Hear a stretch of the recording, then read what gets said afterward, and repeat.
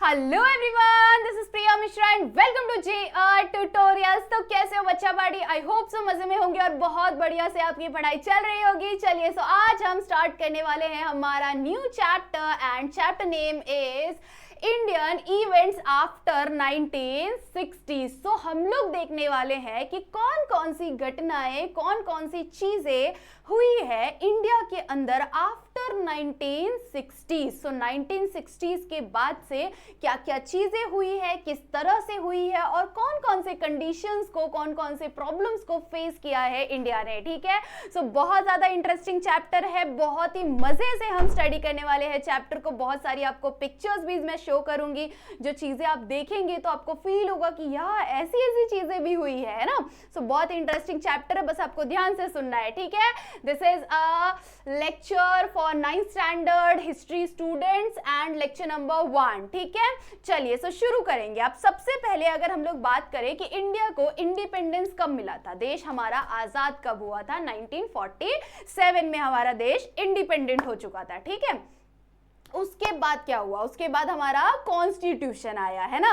सो constitution कब लिखा गया कंप्लीटली, हमारा कॉन्स्टिट्यूशन इंडिया का कब बनाया गया, 1950s में। ठीक है, अब ये चीजें जब हो गई उसके बाद इंडिया के पास कुछ मेजर चैलेंजेस थे। कौन कौन से मेजर चैलेंजेस थे कि इंडिया को डेवलपमेंट की जरूरत थी, क्योंकि जो अंग्रेज आए हुए थे, पोर्तुगीज आए थे, बहुत सारे ऐसे लोगों ने हमारे इंडिया को पूरी तरह से बर्बाद कर दिया था, लूट लिया था। इनके पास इतने पैसे नहीं हुआ करते थे पहले के टाइम पर। इंडिया के पास बहुत ज्यादा गोल्ड हुआ करता था, सोने की चिड़िया के नाम से भी इंडिया जाना जाता था। बट उसके बाद से क्या हुआ कि सारी चीजें लाइक एक तरह से बर्बाद सी हो गई थी, इंडिया के पास कुछ भी नहीं बचा था। तो उन्हें सोशल डेवलपमेंट की बहुत ज्यादा जरूरत थी, इकोनॉमिकल डेवलपमेंट की बहुत ज्यादा जरूरत थी। इंडिया के लिटरेसी रेट अगर बोले तो लिटरली बहुत ज्यादा लिटरेसी रेट कम था अदर कंट्रीज के कंपैरिजन में, क्योंकि इंडिया में उस टाइम पर लोग पढ़ना लिखना प्रेफर नहीं करते थे। ज्यादा से ज्यादा लोग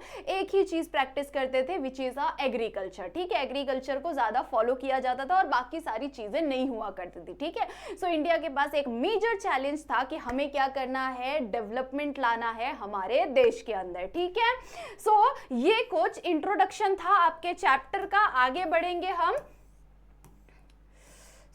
अब हम स्टार्ट करने वाले हैं कि 1960 से कौन कौन से चैलेंजेस आने शुरू हो गए। ठीक है, अब आपको याद रखना है कि हमारे फर्स्ट प्राइम मिनिस्टर कौन बने थे। हमारे फर्स्ट प्राइम मिनिस्टर बने थे पंडित जवाहरलाल नेहरू। ठीक है, Pandit Jawaharlal Nehru was an first prime minister of India. ठीक है, इसे आपको याद रखना है।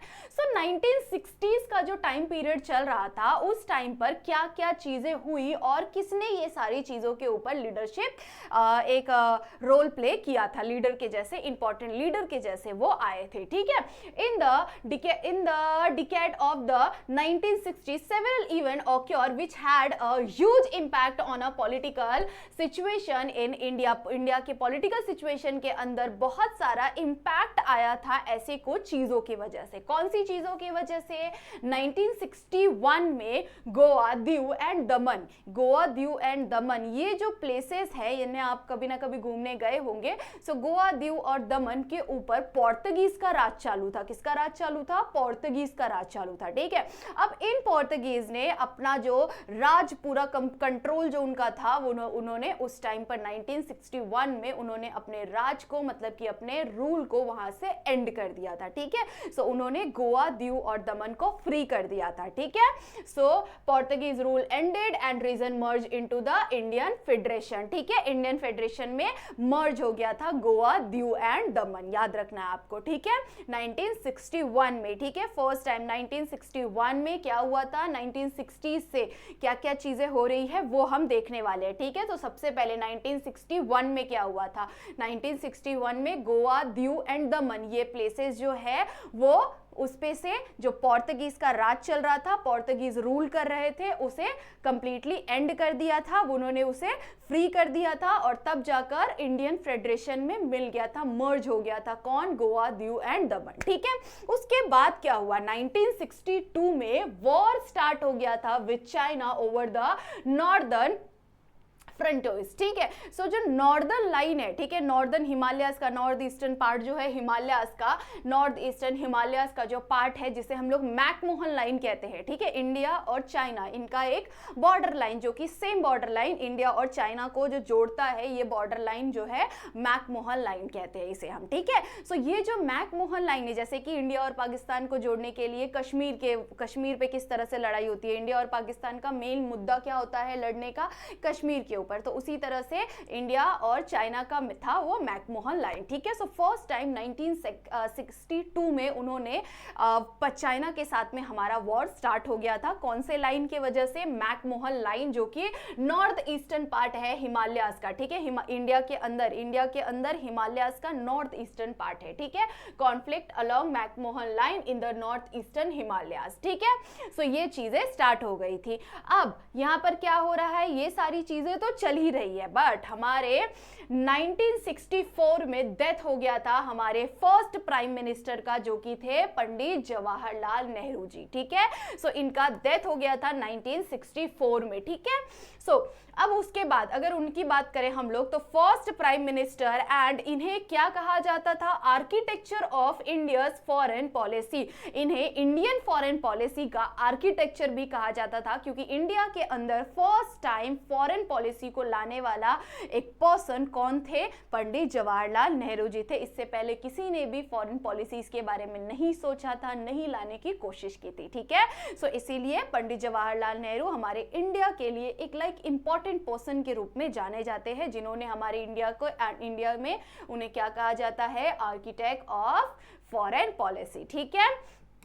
चलिए, सो याद रहेगा आपको ये चीजें। सबसे पहले 1961 में क्या हुआ था, गोवा, दीव एंड दमन, वहां पर से पोर्तुगीज का राज एंड हो गया था और वो कहां पर मर्ज हो गया, इंडियन फेडरेशन में मर्ज हो गया, ठीक है। उसके बाद 1962 में क्या हुआ, 1962 में वॉर स्टार्ट हुआ था। वॉर किसके बीच में था, इंडिया एंड चाइना के बीच में था।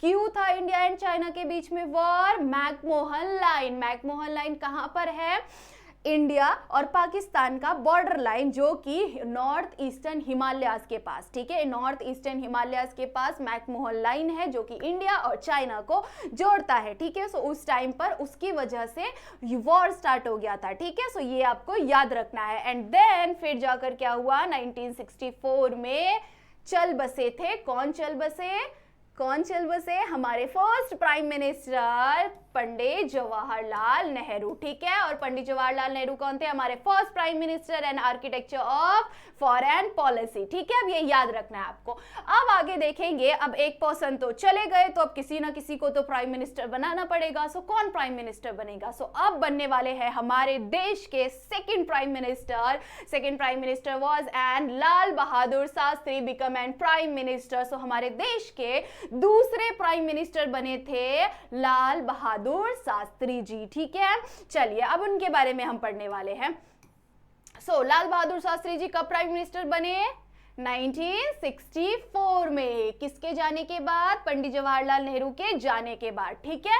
अब देखते हैं जो ये लाल बहादुर शास्त्री जी है, उन्होंने सक्सेस किया था नेहरू आफ्टर हिज डेथ, ठीक है। उन्होंने उनका पोजीशन लिया था जब नेहरू जी का डेथ हो गया था, ठीक है।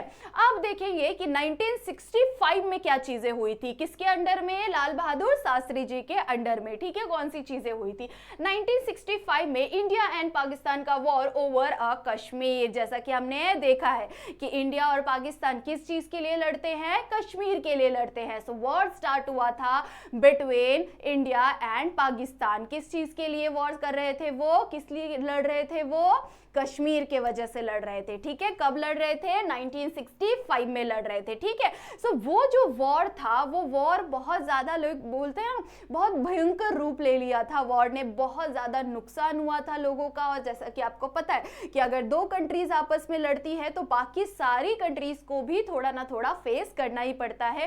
कंट्री के अंदर जितने भी लोग हैं उन्हें भी बहुत सारे अलग अलग तकलीफें होती है, जैसा कि अभी हमने देखा था। वॉर स्टार्ट था दो कंट्रीज के बीच में और इसकी वजह से हमारे देश में ऑयल नहीं पहुंच पा रहा था, गोल्ड का प्राइस का प्रॉब्लम हो रहा है ना अभी के टाइम पर। सो ये सारी चीजों के अंदर बहुत सारे केन्स नहीं मिल रहे थे, बहुत सारी चीजें थी, बहुत सारे इश्यूज आ गए थे, है ना।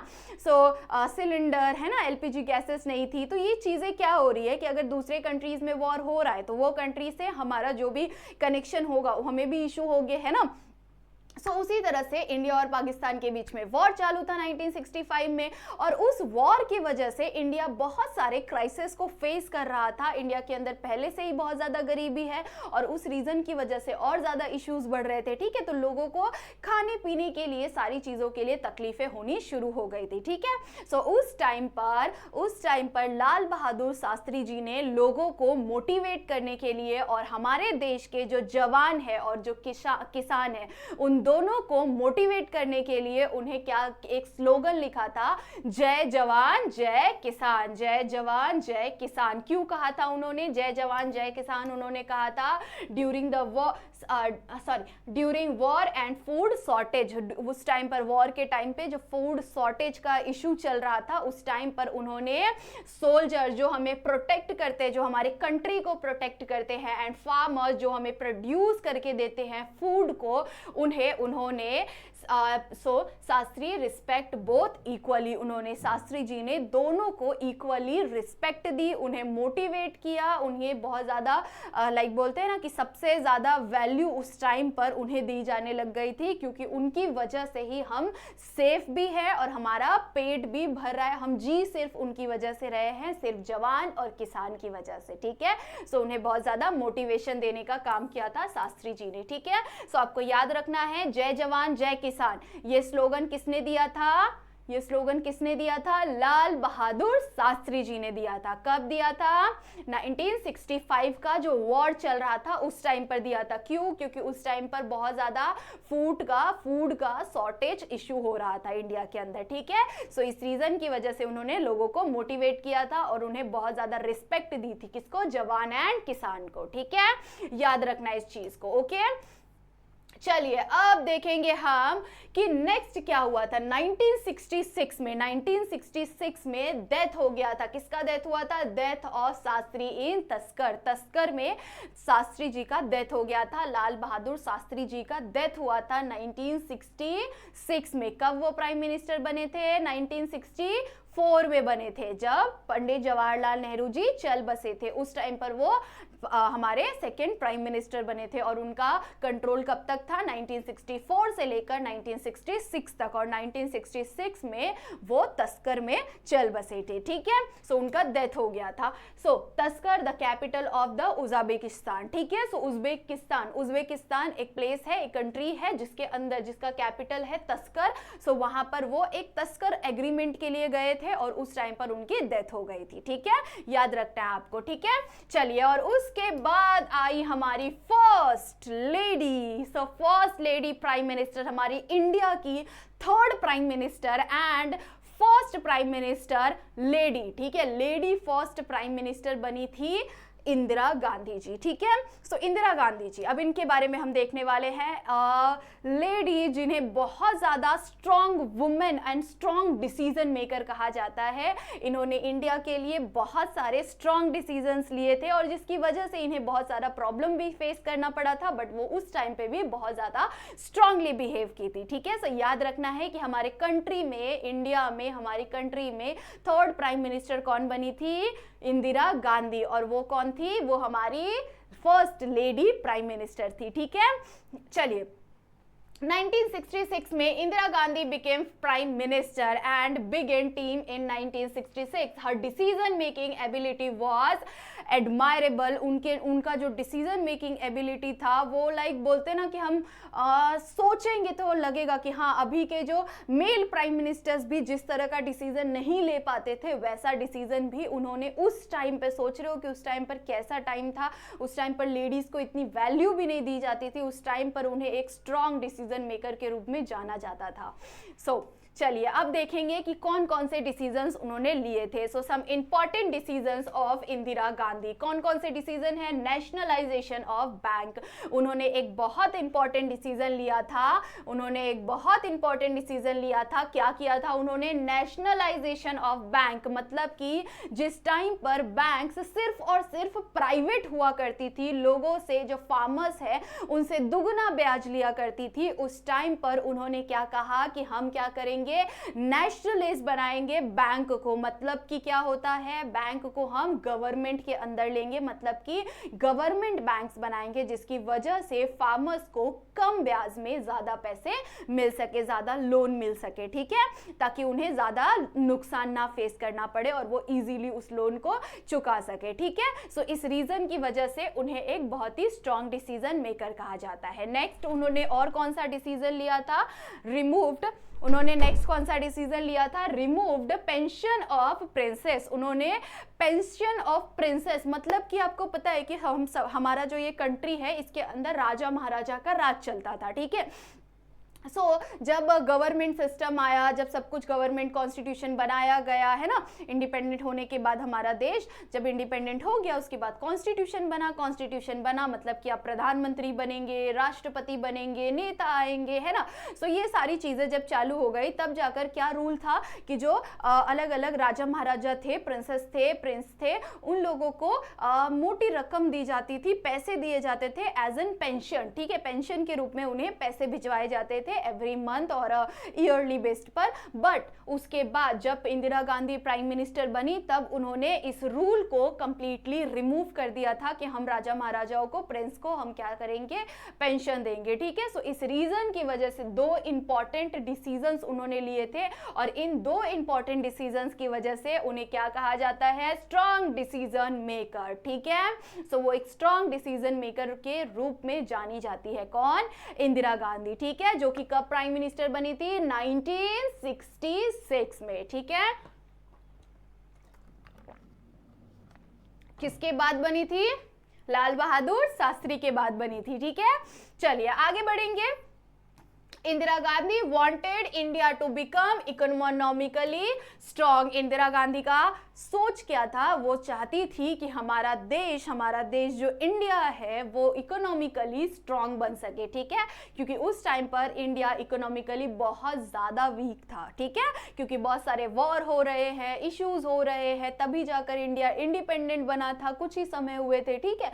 इस रीजन की वजह से इंडिया में बहुत सारे अलग अलग इश्यूज चल रहे थे, ठीक है। चलिए आगे बढ़ेंगे, देखेंगे हम कि नेक्स्ट क्या हुआ। लेटर 1960 में ईस्ट पाकिस्तान क्राइसिस चालू था। East Pakistan crisis it means कि वेस्ट पाकिस्तान और ईस्ट पाकिस्तान दो पार्ट्स में डिवाइड था, पहला west Pakistan and second was an east Pakistan, ठीक है। अब इनके बीच में क्या लड़ाई चल रहा था कि जो ईस्ट पाकिस्तान है उनके ऊपर वेस्ट पाकिस्तान के लोग रूल करते थे, समझे कि वेस्ट पाकिस्तान ईस्ट पाकिस्तान के ऊपर रूल करता था, उसे अपने रूल्स एंड रेगुलेशन थोपता था, उनको बहुत ज्यादा तकलीफें देता था, उन्हें बहुत बैडली ट्रीट करते थे, ठीक है।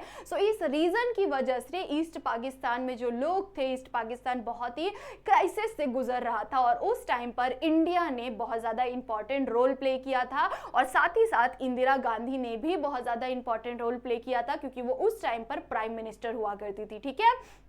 चलिए आगे हम देखने वाले हैं, ठीक है। व्हाट हैपन, क्या चीज हुआ था उस टाइम पर, वो देखो आप।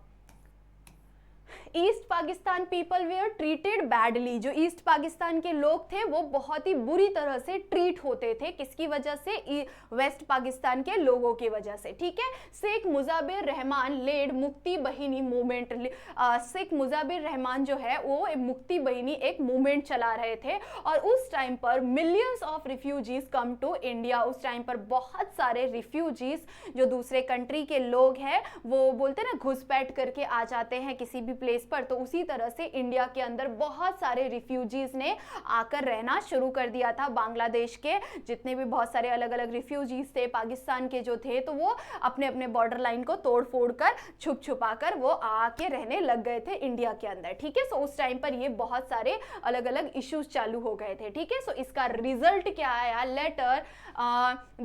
This later led to the creation of Bangladesh. और इसका रिजल्ट क्या हुआ कि बाद में हमने क्या करने में हेल्प कर दिया, बांग्लादेश को बनाने में हेल्प किया था, ठीक है।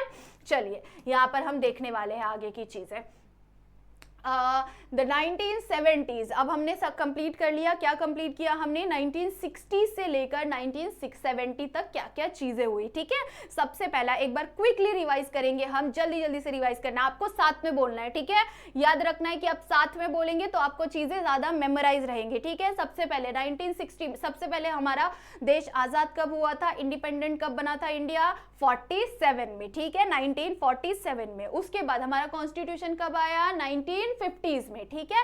अब हम आगे बढ़ेंगे 1960 से लेकर 1970 तक में क्या क्या चीजें हुई। सबसे पहले 1961 में, 1961 में क्या हुआ था? गोवा, दीव एंड दमन, ठीक है। ये जो प्लेसेस है, ये यहाँ पर किसका राज चल रहा था? पोर्तुगीज का राज चल रहा था। वो एंड हो गया था 1961 में, और तब जाकर गोवा, दीव एंड दमन मर्ज हो गया किसमें? इंडिया में, इंडियन फेडरेशन का वो पार्ट हो गया, ठीक है।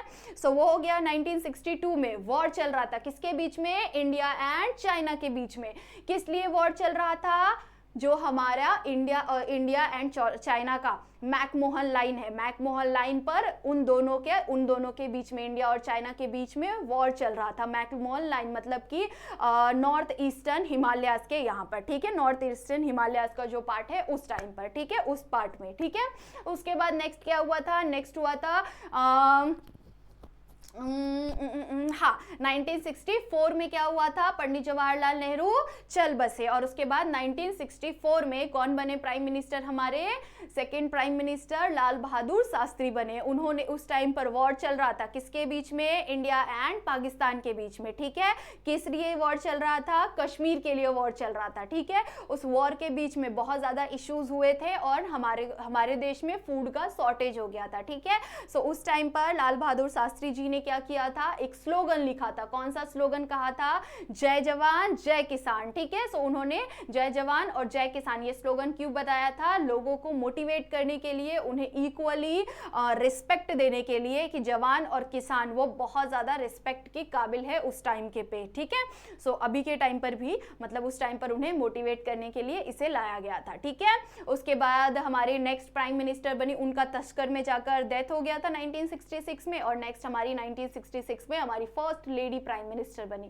फर्स्ट लेडी प्राइम मिनिस्टर ने क्या क्या चीजें की है? उन्होंने नेशनलाइजेशन ऑफ बैंक किया, बैंक को गवर्नमेंट बनाया। सेकंड, उन्होंने क्या किया?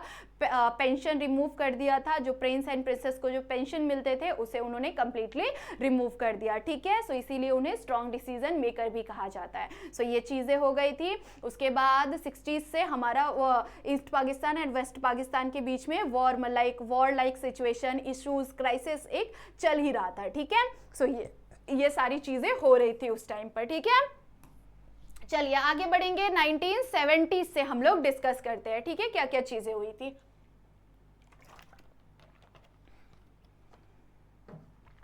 चलो, सो 1970s के टाइम पर क्या क्या चीजें हुई थी? 1971 में इंडो पाकिस्तान वॉर चल रहा था। इंडो पाकिस्तान वॉर खत्म हुआ था क्या? तब तक नहीं हुआ था, ठीक है। इंडो पाकिस्तान वॉर चल रहा था। क्यों चल रहा था? क्योंकि इंडिया सपोर्ट कर रहा था किसको? ईस्ट पाकिस्तान को। क्यों सपोर्ट कर रहा था? उसे एक इंडिपेंडेंट कंट्री बनाने के लिए, जो अभी के टाइम पर हम बांग्लादेश जिसे हम कहते हैं, वो पहले ईस्ट पाकिस्तान हुआ करता था, ठीक है। सो उसे हम लोग ने इंडिपेंडेंस दिलाने में हेल्प की थी, ठीक है। सो क्यों हेल्प की थी? क्योंकि बहुत सारा तकलीफें फेस कर रहे थे, वो भी फेस कर रहे थे और इंडिया भी फेस कर रहा था, क्योंकि बहुत ज्यादा रिफ्यूजीज इंडिया में आकर रहने लग गए थे। तो ये सारी चीजों की वजह से इंडिया ने सपोर्ट किया था, ठीक है। सो क्रिएशन ऑफ बांग्लादेश, तो इंडिया और पाकिस्तान के बीच में उस टाइम पर वॉर का सिचुएशन बन गया था। led to the birth of independent Bangladesh और Indira Gandhi strong leadership played as prominent role. उस टाइम पर उन्होंने बहुत ज्यादा इंपॉर्टेंट रोल प्ले किया था। किसने? इंदिरा गांधी ने, ठीक है। So India help east Pakistan become free from opposition, जो अपोजिशन की जो पार्टी लाइक है कंट्री है, उससे उन्होंने फ्रीडम लेने में बहुत ज्यादा उन्हें हेल्प की थी। किसने हेल्प की थी? इंडिया ने हेल्प की थी। और उस टाइम पर किसके लीडरशिप में इंडिया था? इंदिरा गांधी। इंदिरा गांधी उस टाइम पर एक अच्छा इंपॉर्टेंट रोल प्ले कर रही थी, ठीक है। चलिए, सो ये याद रखना है आपको 71 में क्या हुआ था, ठीक है। उसके बाद अब जैसा कि आपको पता है कि इंडिया बहुत सारे अलग अलग क्राइसिस से तो जूझ ही रहा है। कैसे कर रहा है, कौन कौन से क्राइसिस है उसके पास? कभी उनका चाइना के साथ वॉर हो रहा है, कभी पाकिस्तान के साथ वॉर हो रहा है, कभी उन्होंने हेल्प की है बांग्लादेश को क्रिएट करने में, कभी वो अपने ही फूड शॉर्टेज से इशू से परेशान हो रहे हैं ना। सो ये सारी चीजें तो इंडिया के अंदर चल ही रहा था। कभी रिफ्यूजीज आ रहे हैं, ठीक है, कभी टेररिस्ट अटैक्स हो रहे हैं, तो ये सारी चीजें तो हो ही रही है। बट उसके साथ साथ इकोनॉमिकली इंडिया बहुत ज्यादा ही वीक था उस टाइम पर। इंडिया के पास ना तो बहुत बड़ी बड़ी कंपनीज थी, ना बहुत सारी इन्वेस्टमेंट आ रही थी इंडिया के अंदर। अगर हम समझो कि ये हमारी कंट्री है, हमारी कंट्री के अंदर अलग अलग देशों के लोग अगर यहाँ पर पैसे इन्वेस्ट कर रहे हैं, अपनी कंपनीज ला रहे हैं, तो यहाँ पर इकोनॉमिक कंडीशन थोड़ा सा बूस्ट होता है, लोगों को रोजगार मिलता है, लोग पढ़ते हैं, जितना ज़्यादा पढ़ते हैं लिटरेसी रेट भी बढ़ता है, ठीक है। सो ये सारी चीज़ें इंडिया के अंदर बहुत ज़्यादा इश्यूज क्रिएट कर रही थी। तो उस टाइम पर हमें एटलीस्ट एक चीज़ तो करना बहुत ज़्यादा ज़रूरी हो गया था। क्या करना ज़रूरी हो गया था? न्यूक्लियस कंट्री बनना बहुत ज़्यादा ज़रूरी हो गया था। क्यों ज़रूरी हो गया था बच्चों? क्योंकि जो अदर कंट्रीज है, जैसा कि हम अगर पाकिस्तान की बात करें तो पाकिस्तान में क्या चल रहा था कि जो पाकिस्तान है उसको चाइना हेल्प करती है न्यूक्लियस कंट्री बनाने में। अगर उन्हें जो भी वेपन्स की नीड होती है, चाइना उन्हें बहुत इजीली सप्लाई कर देता है, ठीक है। सो इस रीजन की वजह से बहुत सारी कंट्रीज न्यूक्लियस कंट्री बन चुकी थी, बट हमारा इंडिया नहीं बना हुआ था उस टाइम पर, और इंडिया को बनने भी नहीं दिया जा रहा था। क्योंकि इंडिया के ऊपर किसकी नजर थी? एक तो पाकिस्तान और चाइना की नजर होती ही है, बट फिर भी उस टाइम पर अमेरिका ने बहुत ज्यादा डेंजर रोल प्ले किया था कि अमेरिका नहीं चाहता था कि इंडिया न्यूक्लियस कंट्री बने, ठीक है। सो इस रीजन की वजह से इंडिया ने छुप छुपा कर क्या किया था? न्यूक्लियर टेस्ट किया था फर्स्ट टाइम इंडिया में 1974 में। सोचो, मेरे गूज बम्स आ रहे हैं कि लाइक इंडिया ने बहुत ज़्यादा तकलीफें फेस करके किस किस तरह की चीज़ें की हुई है। उस टाइम पर इतनी सारी चीज़ें हुई, बट अभी के टाइम पर आप देख रहे हो कि कैसा कैसा सिचुएशन आ रहा है। इंडिया ने छुप छुपाकर, किससे छुप छुपाकर? अमेरिका से छुप छुपाकर इंडिया ने फर्स्ट टाइम न्यूक्लियर टेस्ट किया था 1974 में, ठीक है। कहां पर हुआ था ये न्यूक्लियर टेस्ट? ये हुआ था पोखरण में। पोखरण राजस्थान का एक पार्ट है, ठीक है। राजस्थान के अंदर पोखरण ये एक प्लेस है जहां पर बहुत ज्यादा क्राउड नहीं रहता है। एक बोलते हैं ना, एक बहुत बड़ा रेगिस्तान जैसा, एक खाली सुनसान रेगिस्तान वाला पार्ट था। सो वहां पर ज्यादा लोग नहीं थे, और जितने भी लोग वहां पर रहते थे उन सारे लोगों को दूसरे जगह पर शिफ्ट कर दिया गया था, ताकि उन्हें किसी भी तरह का कोई खतरा ना हो। क्योंकि उस टाइम पर वो बोलते हैं ना, रेडिएशन उसका बहुत ज्यादा होता है, ठीक है। सो उस रीजन की वजह से किसी को भी किसी तरह का कोई नुकसान ना हो, इसीलिए उन्हें दूसरे जगह पर शिफ्ट कर दिया था। और फर्स्ट टाइम इंडिया के अंदर न्यूक्लियर टेस्ट हुआ था, जो कि कब हुआ था? 1974 में हुआ था। कहां पर हुआ था? पोखरण में हुआ था। पोखरण कहां पर है? राजस्थान के अंदर है, ठीक है।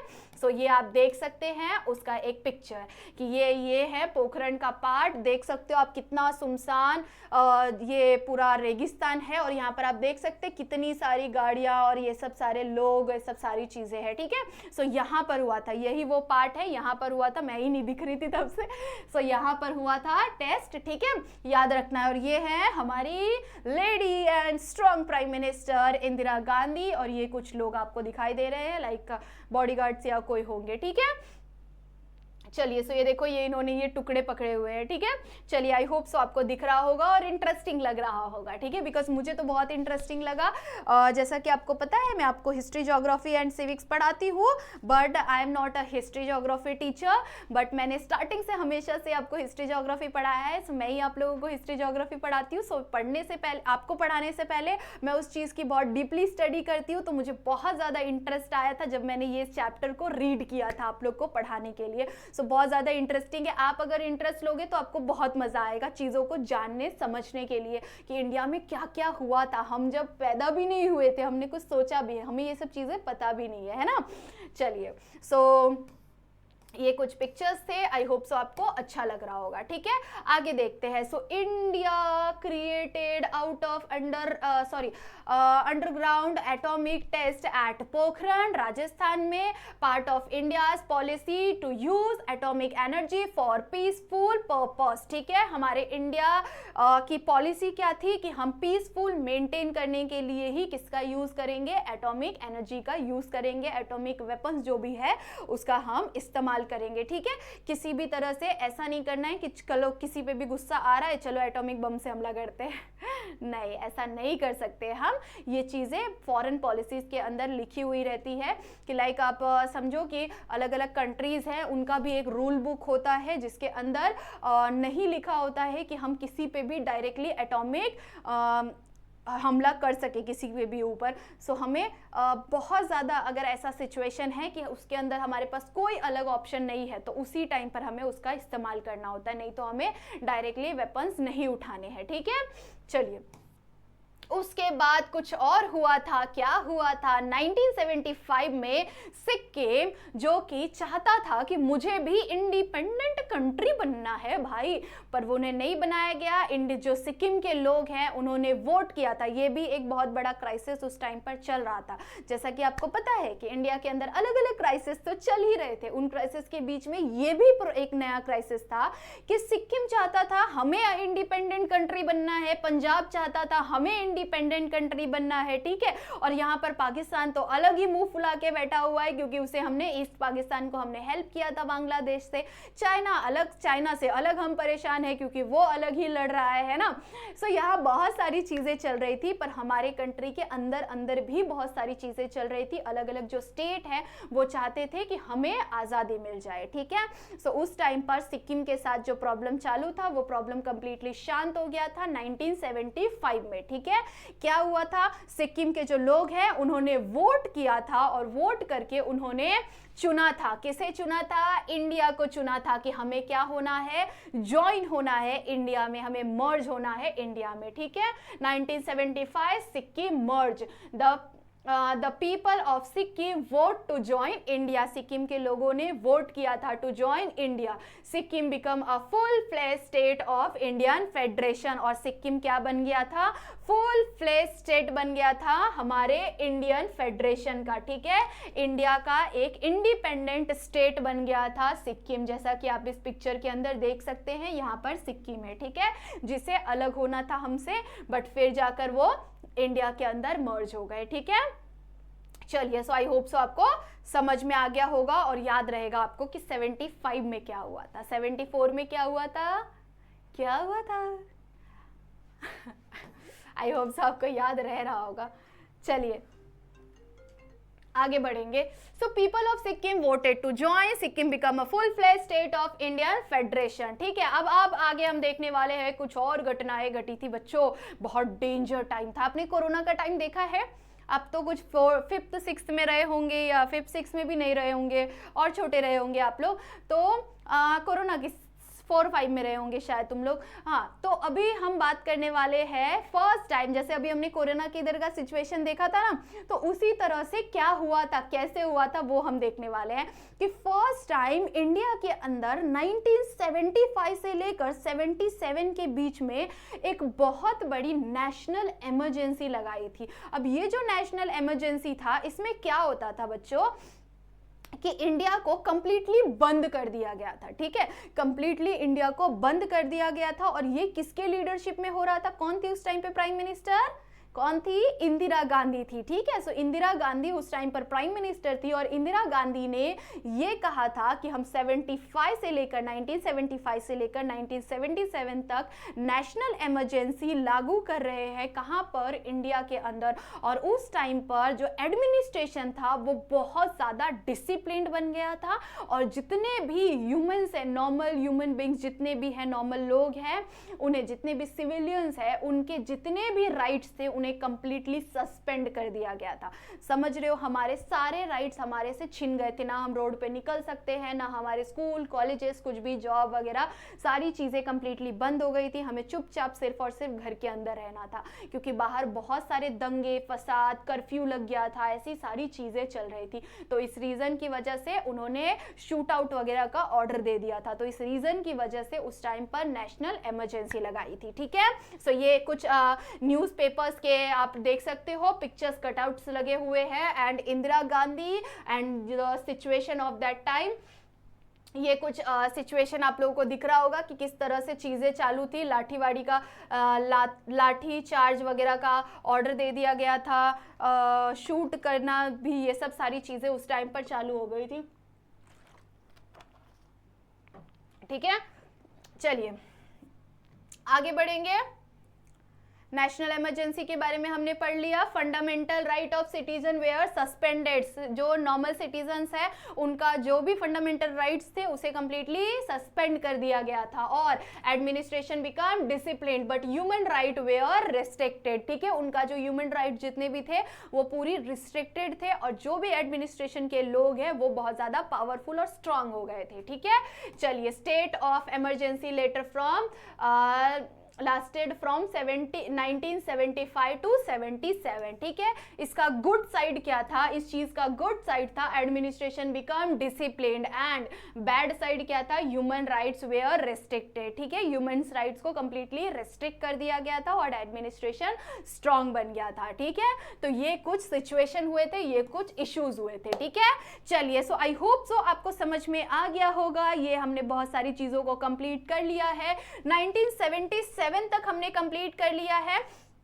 अब हम कंटिन्यू करेंगे हमारे नेक्स्ट लेक्चर के अंदर। एक काम करते हैं कि हम इस टॉपिक को कंप्लीट कर लेते हैं एंड देन हम हमारे नेक्स्ट टॉपिक को कंटिन्यू करेंगे इन नेक्स्ट लेक्चर। ठीक है, चलिए, सो आगे देखेंगे। 1977 में जब नेशनल इमरजेंसी खत्म हुआ था तब क्या हुआ था? लोगों के मन में इंदिरा गांधी को लेकर बहुत ज्यादा बोलते हैं ना, एक बैड पर्सनालिटी के रूप में लोगों की मेंटालिटी चेंज हो गई थी इंदिरा गांधी को लेकर, क्योंकि उन्होंने बहुत ज्यादा उन्हें लग रहा था कि उन्होंने बहुत ज्यादा प्रॉब्लम दिया है हमें, उन्होंने हमारे लिए कुछ नहीं किया है, नेशनल इमरजेंसी जैसी चीजें उन्होंने लगा दी, ह्यूमन राइट्स को हटा दिया है। तो ऐसी सारी सिचुएशन की वजह से इंदिरा गांधी के लिए लोगों का गुस्सा बहुत ज्यादा बढ़ गया था, और इस रीजन की वजह से 1977 में जो वोट हुआ था उसके अंदर, उस टाइम के इलेक्शन के अंदर, 1977 वाले इलेक्शन के अंदर जो कांग्रेस पार्टी है उसे कंप्लीटली लोगों ने वोट नहीं दिया था। ठीक है, और उस पार्टी को हरा दिया गया था। और उस टाइम पर